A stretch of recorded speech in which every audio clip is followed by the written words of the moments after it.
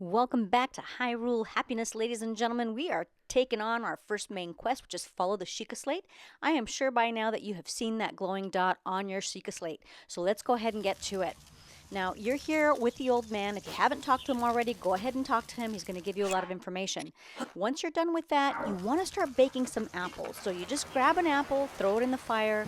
How do you like them apples? You like them baked. So throw them in the fire.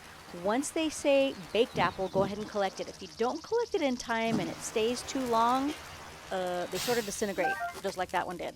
But don't worry, there's always more apples. After that, you're going to head on down this path and you're going to grab this woodcutter's axe.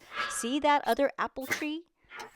Go ahead and equip that axe, head over to that apple tree and cut it down. Go ahead and give it a few whacks. It's going to do a few things. One, it's going to loosen all the apples so you don't have to climb the tree. It's going to give you another tree branch, and if you hit it one more time, voila, you're going to get some wood. And you can use that to trade, to sell, or to just keep yourself warm when it gets cold. Now, as you head on down this path, you're going to run into your first bad guy. These are bullies, they're Bokoblins. About 5 schwacks with this axe should give him the caterwall of death. But don't worry, they don't mind dying. They'll come right back after the next blood moon. And as I said before, always forage. The most important thing when you take one of these guys out are your drops. And when we talk drops, we're talking about whatever they leave behind. And that means monster parts, so go ahead and grab them. You also have a couple of Hylian shrooms there. Go ahead and grab those too. Now, we may have passed it. I think we did. Up by this tree, there's a little ledge that juts out on the bottom. In the water, there's a circular formation of lily pads. Jump in the center of that. Ta-da! It's your first Korok seed. You want these, you want to collect as many as you can. Once you get that, he's going to be like, wow, you're amazing. I can't believe you can see me. Just say, yeah, I can, and then keep going. Go to the rock island, grab this rusty broadsword, jump back in the water, do a little fishing. Don't run out of stamina because you will drown. Once you're done with that, hop on out of the water and head towards these ruins. Now, I'm going to go around front, so I'm going to equip a sword because there's a Bokoblin there in the front in case he sees me. And you can get in any way you can. You can jump the fence off the back and not have to even deal with this guy. Any way you get there, just get there. What you're looking for are these 2 barrels. Be sure to equip your axe. And once you do that, go ahead and give him a schwack. And guess what? Now you got some more stuff. You got a Hylian shroom, and I don't know about you, but I think even a vegan could appreciate a virtual drumstick. Now you're going to face off with this guy, get your sword ready, head towards him, and handle him. With the sword, should only take a few whacks. And go ahead and grab that Boko club. And don't forget your drops. Grab them all, head up this stairway. You've got this other guy here. 3 more whacks from him. You'll have him handled in no time.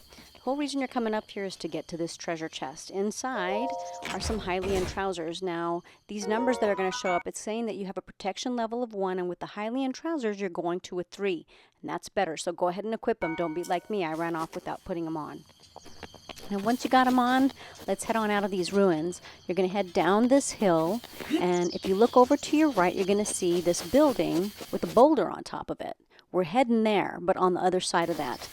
Now, once you get to the top, you'll see that there's explosives below that boulder, and they're dancing around the fire. They don't know what's going on. But once you roll that boulder off, it explodes, and I'll tell you what, this never gets old. And boom go the Bokoblins. It's so much easier to take care of them that way, right? Head on down. Go ahead and collect your booty. You've got some seared steak. And you've got a Boko club. But guess what? Your melee weapons are full. So just go over there and drop one of your tree branches. They're only 2s, and you want the Boko club. It's a 4, which is better. You also got a barrel there. You want to go ahead and crack that open. Get in the habit of always cracking open barrels and boxes if you see them. There's nothing in this one, but it's all right. You just keep going. You're going to head behind those 2 Bokoblins, and you're going to equip your sword. Now, even if it's flashing red, that's fine. All that means is it's about to break, so it's not going to be good as a melee weapon. But if you throw it at them, it'll do twice the amount of damage. So let's get to that. Make sure you trigger them with that right bumper, get them in those crosshairs, and let it fly. Now, you do have to equip another weapon. You're going to face off with this guy. He's got a bow and arrow, so just move left to right. He should miss you. Whack him a few times, and now you've got a bow. But bows aren't really all that great unless you have arrows, so you got to go finish the job. Whack him one more time. Now you got another bow. You got some monster parts, but more importantly, you've got arrows.